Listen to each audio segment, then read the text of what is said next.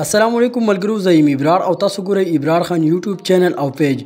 ملګرو څنګه تاسو پاتره چې ورلد کپ شروع دی په ډیر زور او شور سره. څنګه تاسو پاتره چې په ورلد کپ کې پرون وارم اپ میچ د نیوزیلند او پاکستان ترمنځ شوی دی چې نیوزیلند لوبډلې پاکستان کرکټ ټیم ته ماتې ورکړې ده. نو پاکستان کرکټ ټیم د نیوزیلند نو ولې شکست خوړلې ده د غټه وجه سکیدلې شي. نو په دې باندې ولک شانتي نظر اچو د پاکستان کرکټ ټیم بل وارم اپ میچ پریکټیسي لوبه کم ټیم سره ده او فسوم تاریخ باندې سټیم به شروع کیږي. نو دې په اړه کې خبرې اترې کوو. نو په ویډیو کې راست تر اخره پورې پاتې شئ او د نورو کرکټ مینوالو سره هم شریک کړئ. څنګه تاسو پته چې پرون په ورلد کپ کې پاکستان او د نیوزیلند د لوبډلې ترمنځ وارم اپ میچ وشو. دغه میچ به تاسو کتلې وي. پاکستان په بیټینګ باندې نظر واچو. نو عبدالله شفیق 14 رنونه جوړ کړي، امام الحق 1 رن جوړ کړي، دین علاوه بابر اعظم زبردست بیټینګ کړي چې 8 رنونه جوړ کړي او وکټ کیپر بیټسمن محمد رضوان 103 رنونه جوړ کړي. سعود شکیل ډیر زبردست او آوټسټینډینګ بیټینګ کړي چې سعود شکیل 15 رنونه جوړ کړي. آغا سلمان 33 رنونه جوړ کړي او شاداب خان 14 رنونه جوړ کړي.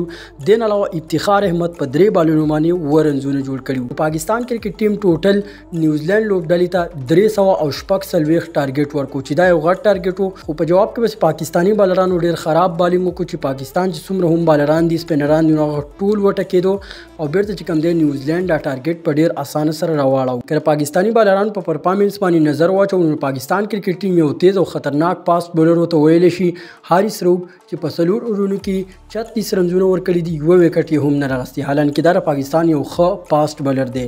حسن علي چې کوم دی په 7.4 اور کې 66 رنونه ورکړي دي، یو وکټ یې غستی. حسن علي هم ښه بالینګ نه دی کړی. دین علاوه سپینر آغا سلمان چې کوم دی په 8 اورونو کې 17 رنونه ورکړي دي، یو وکټ یې غستی. اسامه میر په 10 اورونو کې 48 رنونه او 2 وکټ یې غستی دي. دین علاوه محمد وسیم جونیئر په 2 اورونو کې 58 رنونه ورکړي دي او 1 وکټ یې غستی ده.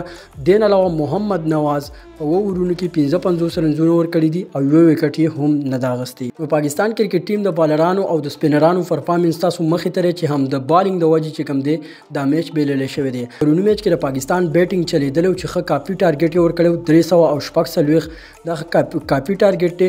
البته که بالرانو چرته را سکور قابو کړی وي. په دې میچ کې پاکستان کرکټ ټیم هم ډېری غلطیاں کړې دي. پاکستان کرکټ ټیم خو یو غلطي دا کړې ده چې فخر زمان څنګه تاسو پته چې ډېر وخت نه آوټ اف فارم دی. خو فخر زمان د پاکستان کرکټ ټیم یو زبردست بیټسمن دی، یو داسې بیټسمن دی چې چرته وچلیدو نو 1.5 او 200 رنونه کولی شي. نو په فخر زمان کې دا کوالټي شته چې هغه چې کم دی که چرته په فارم کې دوباره راغی نو 1.5 رنونه فخر زمان جوړولی شي.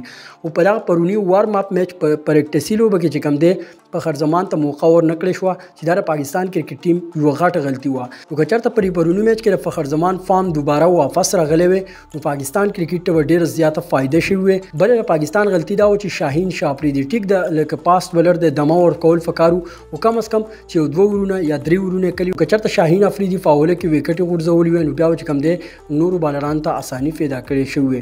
ځکه چې دا پریکټیسي وارم اپ لوبې دي نو په دې کې ته 15 وانه لوبغاړو ته موقع ورکولی شي که 1 ور ورکې که 2 ورکې او که کینې نو بالکل هغه ته پول اجازت وي. نو په ورلد کپ کې پاکستان کرکټ ټیم یو بل وارم اپ میچ لوبه پریکټیسي لوبه د استرالیا کرکټ ټیم سره وي چې دا به هم یو سخت او ګرم میچ وي چې دا میچ په 3 اکتوبر باندې وي او دا میچ به هم په حیدرآباد کرکټ سټیډیم کې ترسره کیږي. نو پاکستان بل پریکټیسي لوبه د استرالیا سره ده په 3 تاریخ باندې.